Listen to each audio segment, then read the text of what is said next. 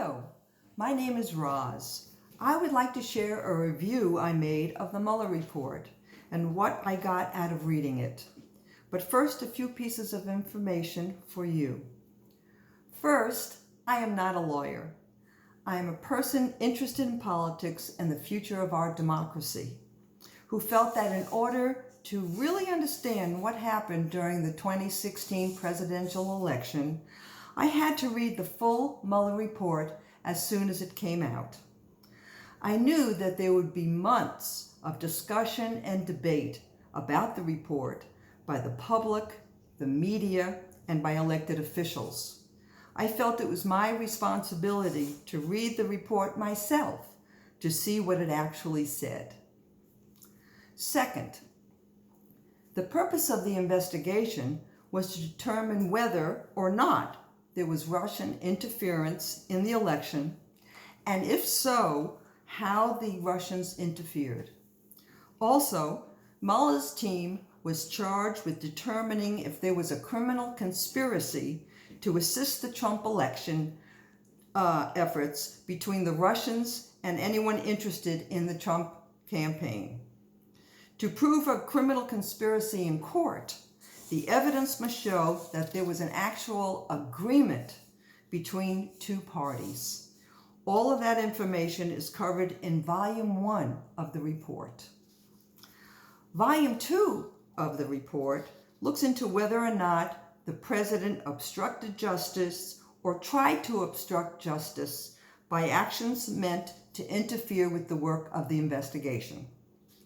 In the end, the Mueller team issued 2,800 subpoenas, issued 500 search warrants, and questions around 500 people. Third, the Mueller report is not a report written for pleasurable, novel-like consumption. It is a difficult read, but well worth the effort. Question: have you ever gone to a movie that affected you deeply and then tried to explain your reaction to the movie to others who had not seen the movie? Well, that is how I feel about explaining the Mueller report to you, but I will do the best that I can. Finally, in general, my feelings after finishing the report were anger, surprise, sadness, and appreciation to both the investigators for their skill in seeking out the facts and to the numerous people in the report who, when faced with a choice of doing the wrong thing or the right thing, they made the right choice. I am grateful to them for their integrity and for their courage. Both Volume 1 and Volume 2 begin with less than 10 pages of executive summaries. I encourage you to read the executive summaries because they give you a basic understanding of what was found in the investigation. A key thing to remember when you read the Mueller report or after you listen to my presentation is whether a particular action is illegal or just plain inappropriate. Legal issues are what Mueller was charged to investigate. Inappropriate behavior and what to do about it will be totally up to the American people.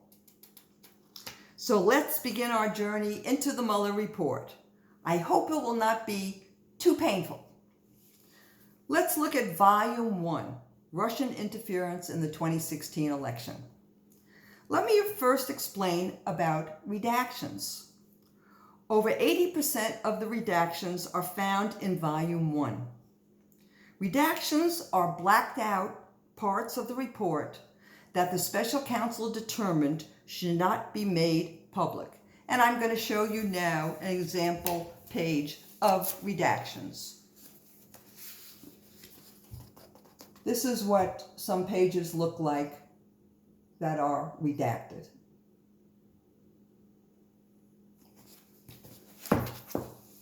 All right. Each time a redaction appears, the reason for the redaction is given in the center of the redacted portion. There were 4 reasons why certain parts were redacted. One was grand jury testimony.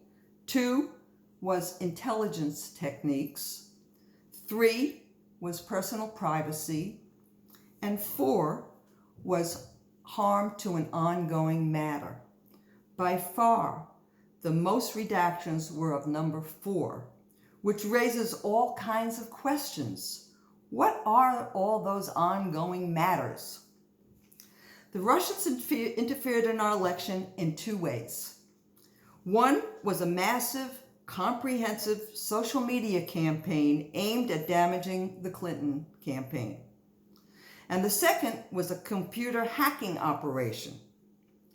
The report goes into great detail about how the Russians did all this. They actually, in the report, provided the names of the individuals involved, the American media platforms that were compromised, the Russian-funded organizations that implemented their plans, etc. All that can be found in Volume 1, pages 14 to 67. I will not go into details of those operations, but I will say that throughout that section, there are many examples of how the Trump campaign officials and supporters that were involved in the campaign were thrilled about what was going on. They happily sought to take advantage of some of the Russian-funded activities, such as the WikiLeaks document dumps about Hillary Clinton and some of her campaign officials and the Democratic National Committee. Here are just a few examples of Russian interactions with the Trump campaign. The Russians began setting up their activities as early as 2014. Here's how the U.S. began looking into these activities starting in 2016. George Papadopoulos, a Trump campaign staffer, encountered a U.S. ally's foreign government official while both were traveling overseas. During their conversation, Papadopoulos bragged about how he knew that the Russians had damaging information about Hillary Clinton that was going to help the Trump campaign. The foreign official dismissed this as gossip, but not too long after WikiLeaks, the Julian Assange organization that received the stolen information, went public with it. The Allied official then realized that this conversation with Papadopoulos was real, and then he decided that the right thing to do was to contact the FBI. The FBI began to investigate on July 31st, 2016. They were looking to see if the Trump campaign was coordinating with the Russians. Here are just a few examples of what the FBI investigated regarding Trump campaign staffers and associates' interactions with the Russians. The president had wanted to develop a property in Russia for years. In 2015, negotiations with the Russians began in earnest for a huge Trump Tower Moscow project that would produce the largest project ever done by the Trump organization. Misinformation both to the public, to Congress, and to the special counsel about when the negotiations ended landed Michael Cohen in trouble with the law. He had testified under oath that the negotiations ended in January 2016, around the time of the Iowa caucuses. But in fact, numerous people with connections to Russian higher-ups continued to negotiate for the project with the full knowledge of President Trump, Don Jr., and Ivanka. That went on through June 2016 at least. So that's one example. Another example is the Trump Tower meeting we all know about with Don Jr. That happened on June 9th, 2016. There is, however, no evidence that the president knew about the meeting beforehand. In June 2016, this is how it all began. a publicist for the family of Russian oligarch, his name was Rob Goldstone, contacted Don Jr. and told him about how several people wanted to meet with him who had dirt about Hillary Clinton that would be, quote, very useful to your father. Don Jr. knew Goldstone because he was involved with Donald Trump's Miss Universe contest in Moscow in 2013. Don Jr.'s response was, quote, thanks, Rob. I appreciate that. If it is what you say, I love it, especially later in the summer. My question to Mueller would be, why isn't that comment looked at as a direction to Goldstone that critical information would be best made public in the late summer, right before the election? Why isn't that a criminal conspiracy? Oh well. Now let's talk about Paul Manafort, who for a short time was Donald Trump's campaign manager. At one point, Paul Manafort met with a longtime colleague. His name was Kilimnik. They discussed how the Trump administration could help with issues about Ukraine. Please remember that the Russians received massive criticism throughout the world for their invasion of Ukraine and their taking a part of Ukraine called Crimea. Mr. Manafort also shared Trump campaign internal polling data with Mr. Kilimnik. That can be found on the executive summary, page 7. Why would Manafort do that? And why would the Russians be interested in that? After the election and during the transition period, Jared Kushner, the son-in-law of Donald Trump, had numerous conversations with people both inside and outside the Trump campaign about developing a better relationship with Russia. Not a crime, perfectly okay. For example, in a meeting with the Russian ambassador Kislyak at Trump Tower on November 30th, 2016, before Donald Trump became president, the ambassador suggested a meeting with Russian generals with the transition team. Michael Flynn, who was in the meeting as well, said that that would not be a good idea because there were no secure lines to be found in the transition offices. Then Jared suggested to the ambassador that they could communicate using secure facilities at the Russian embassy. It was the ambassador who rejected that idea. My question here, didn't Jared realize it would be inappropriate to be doing this secretly just before his father-in-law was sworn in as president? In the end, the Mueller investigation confirmed over 100 contacts between the Russians and people involved with the Trump campaign. Let that sink in for just a minute. So what were the charging decisions for the Volume 1 section of this report?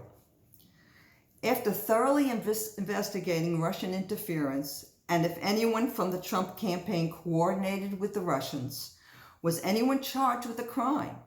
And how did the special counsel decide who would be charged or not charged?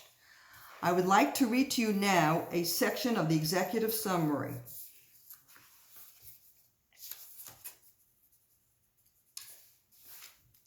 Okay. And this is directly quoted from the Mueller Report. In reaching the charging decision described in Volume 1 of the report, the office determined whether the conduct it found amounted to a violation of criminal law, chargeable under the principles of federal prosecution. The standard set forth in the Justice Manual is whether that conduct constituted a crime. If so, whether admissible evidence would probably be sufficient to obtain and sustain a conviction, and whether prosecution would serve a substantial federal interest that could not be adequately served by prosecution elsewhere or through non-criminal alternatives.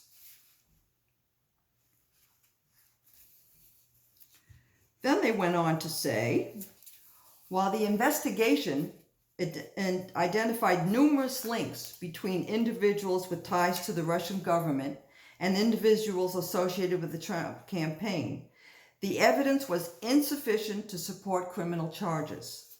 Among other things, the evidence was not sufficient to charge any campaign official as an unregistered agent of the Russian government or other Russian principal. And our evidence about the June 9, 2016 meeting and WikiLeaks releases of hacked materials were not sufficient to charge a criminal campaign finance violation.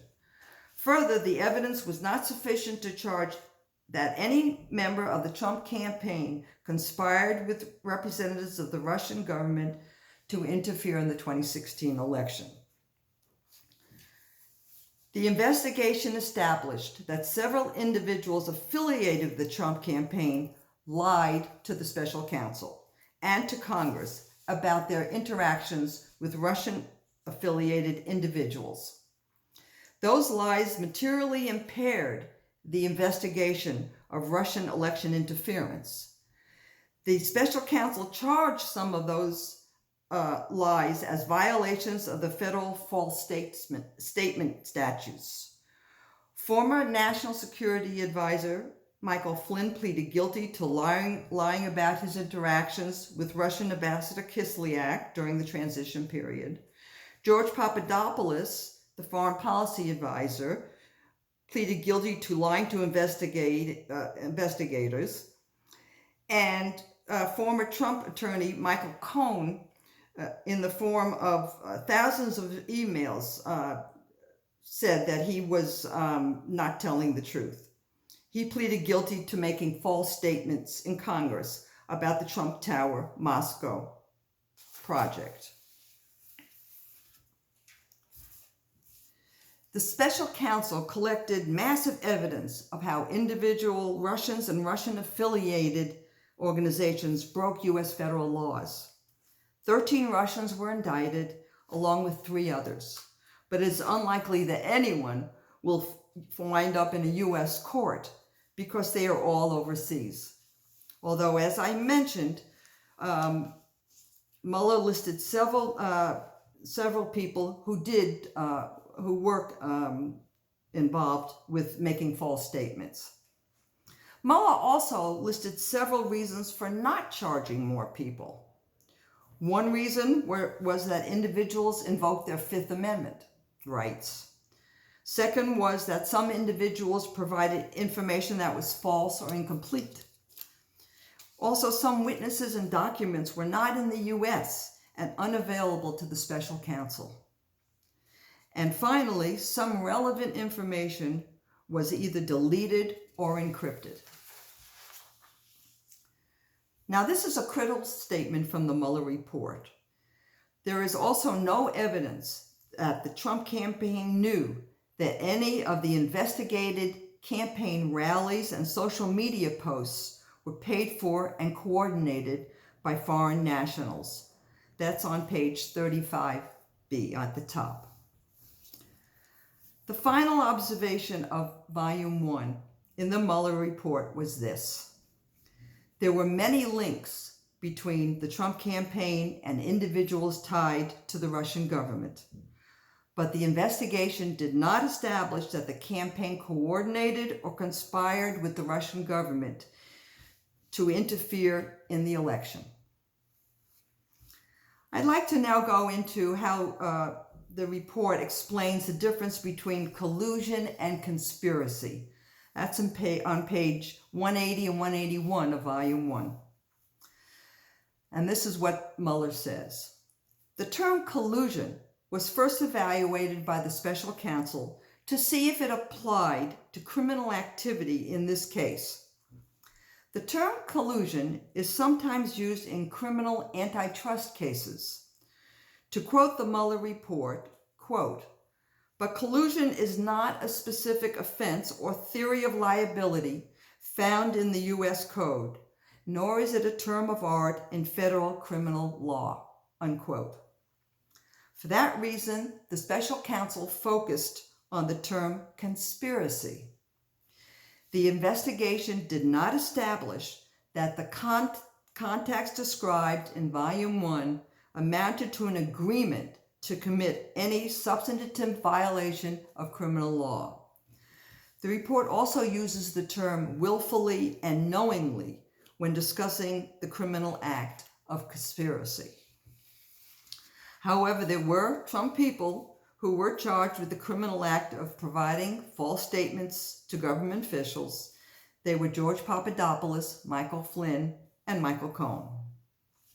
The special counsel's office considered charging Attorney General Jeff Sessions with perjury before Congress, but they decided that the evidence was insufficient to prove that Sessions was willfully untruthful in his answers.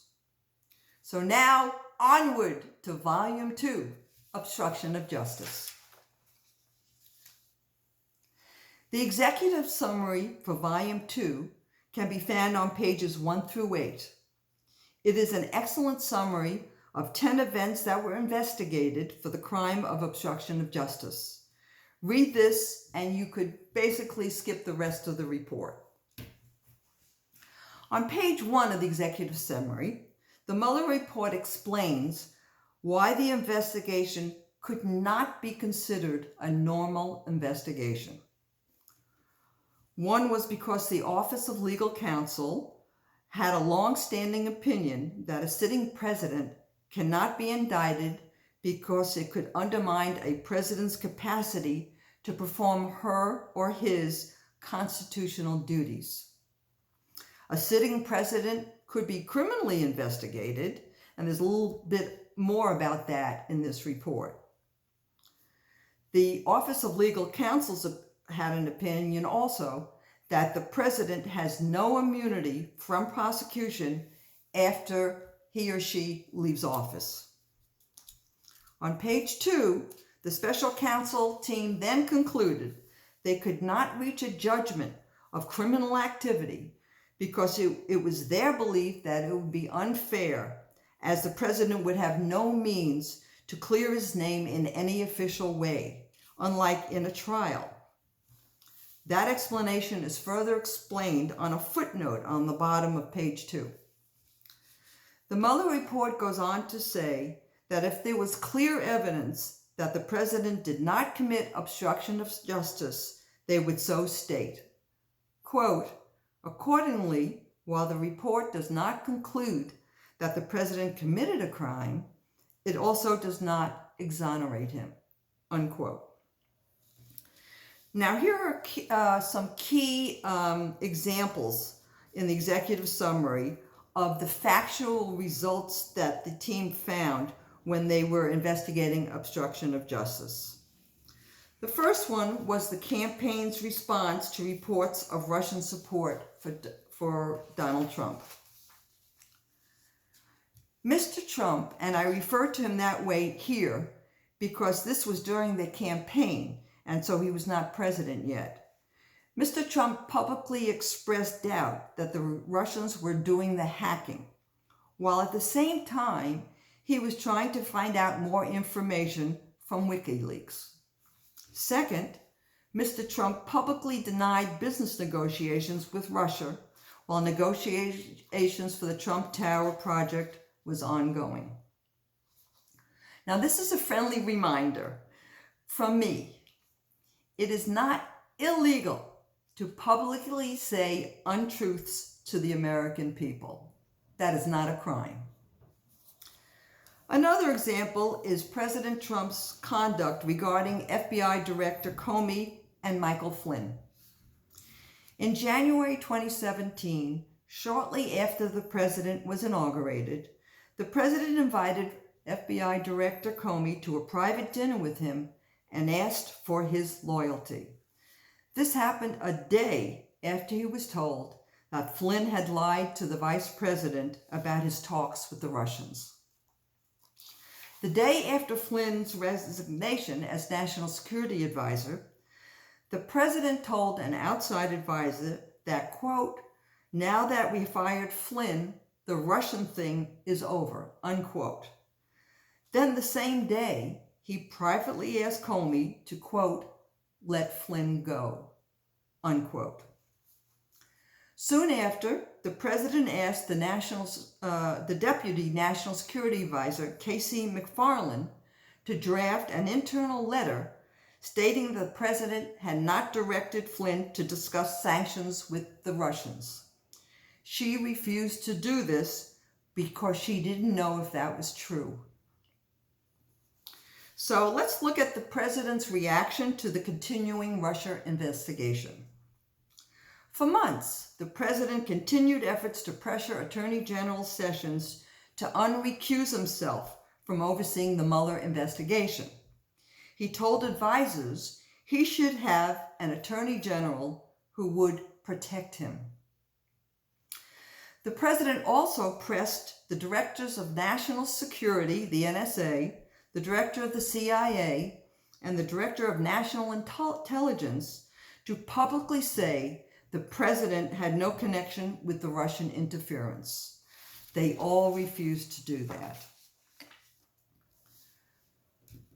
Third, the day after the Comey firing, the president met privately in the White House with several Russian dignitaries, including the Russian ambassador. He told them that now that Comey was fired, quote, a great pressure, unquote, had been lifted. There were no other U.S. officials in the room, and it was the Russians who released that video to the American public. The day after that, he admitted to NBC anchor Lester Holt in a televised interview that he had decided to fire Comey mainly because of, quote, the Russia thing, unquote.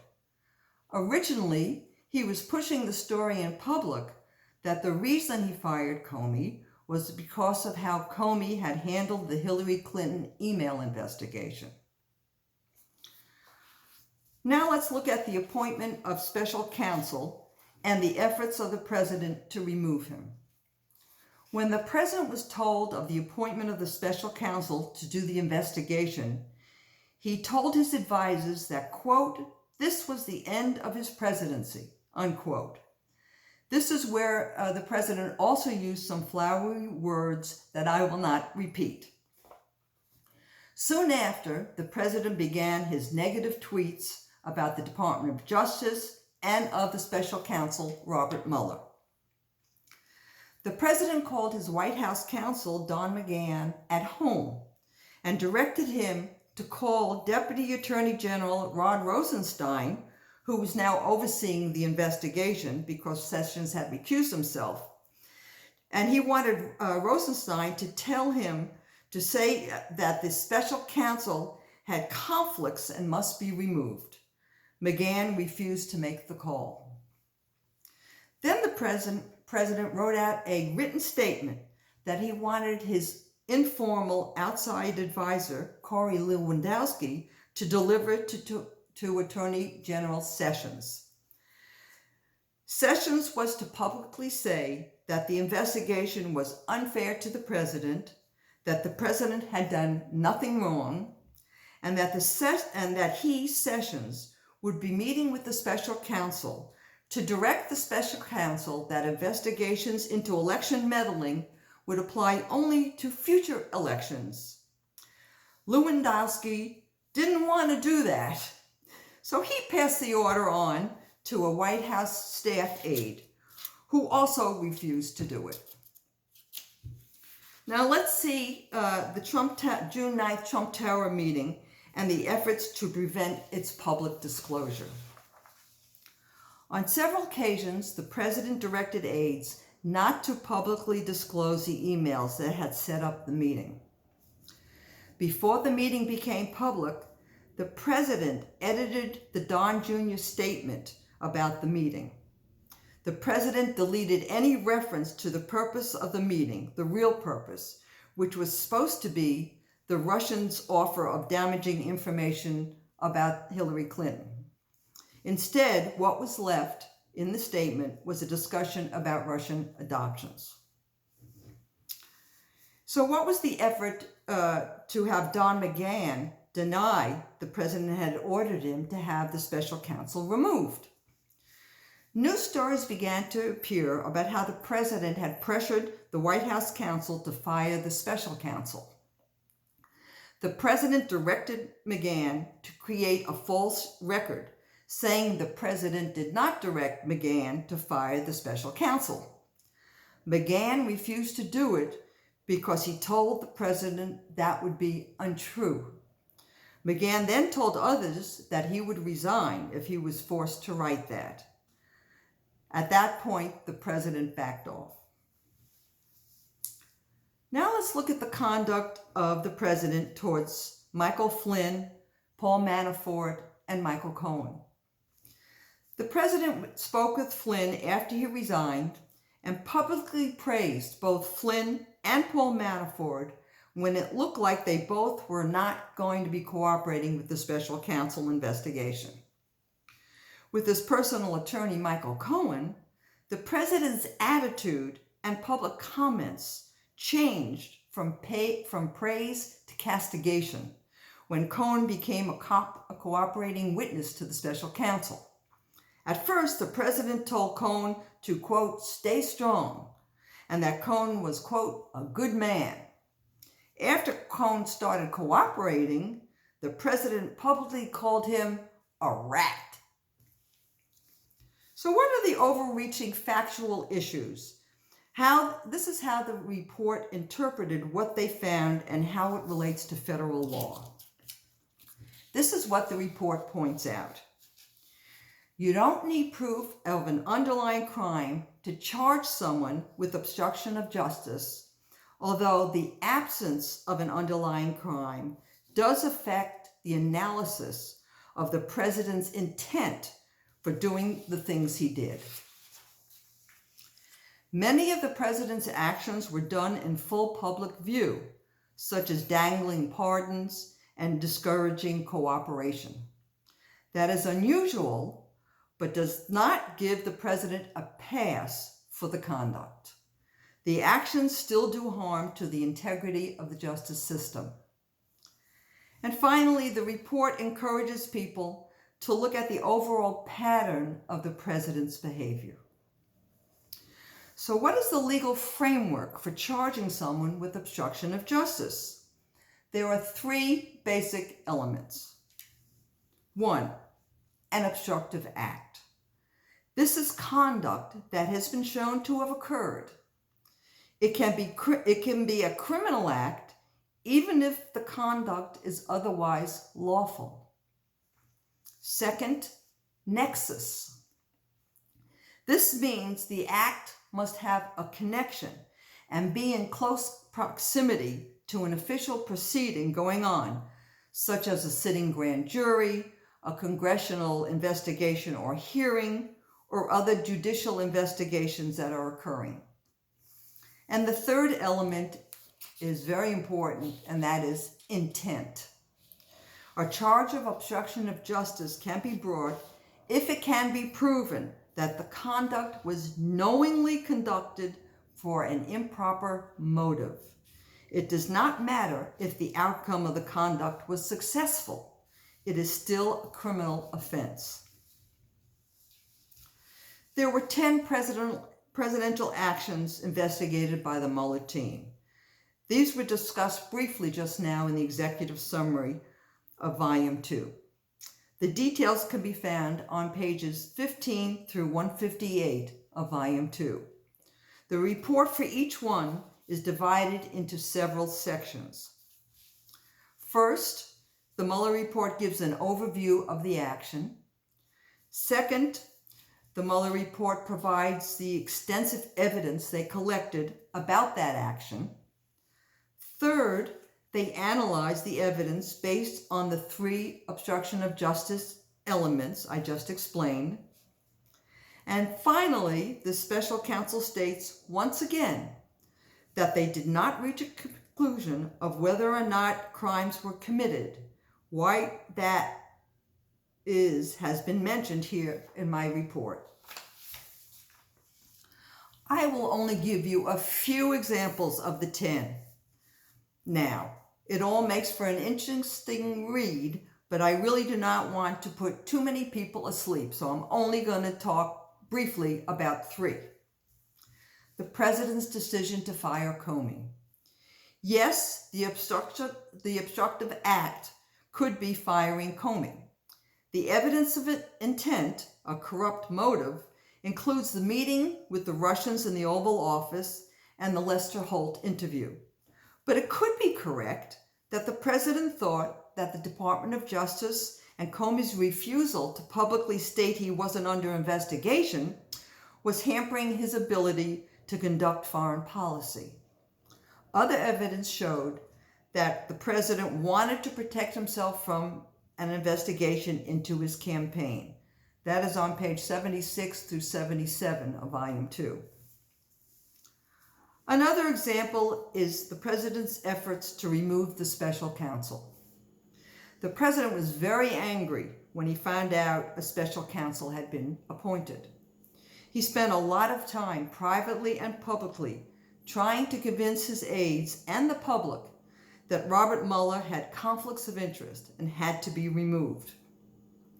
Internally, the administration looked into this allegation, found it was not correct, and told this to the president. But he continued to say the allegation publicly. He repeatedly pressured his White House counsel to fire Mueller. Obstructive act, trying to remove the special counsel could delay the investigation and put a chill on actions of any future special counsel replacement. Nexus, the president knew that any evidence found by the special counsel would wind up in front of a grand jury. Intent, there is substantial evidence that the president's attempt to remove the special counsel was linked to the special counsel's investigation of the president's potential obstruction of justice conduct. The negative tweets about the investigation continued. This can be found on page 90. And finally, the third one that I'm going to tell you about are the president's orders to McGahn to deny the president tried to fire the special counsel. After it became public that the president was pressuring McGahn to fire the special counsel, there was intense pressure on McGahn to publicly state otherwise and to create a public record saying the same thing. McGahn refused. The president was also very angry at McGahn for telling the special counsel all about this. Obstructive act, page 118 to 119, excuse me.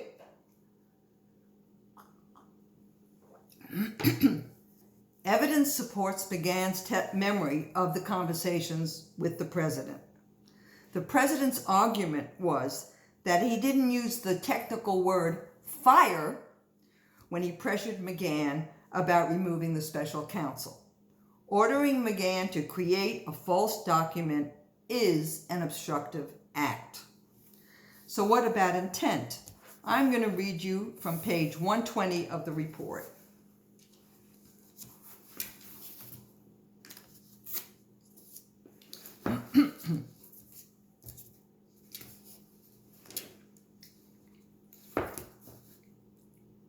All right, here it is. The intent. Substantial evidence indicates that in repeatedly urging McGahn to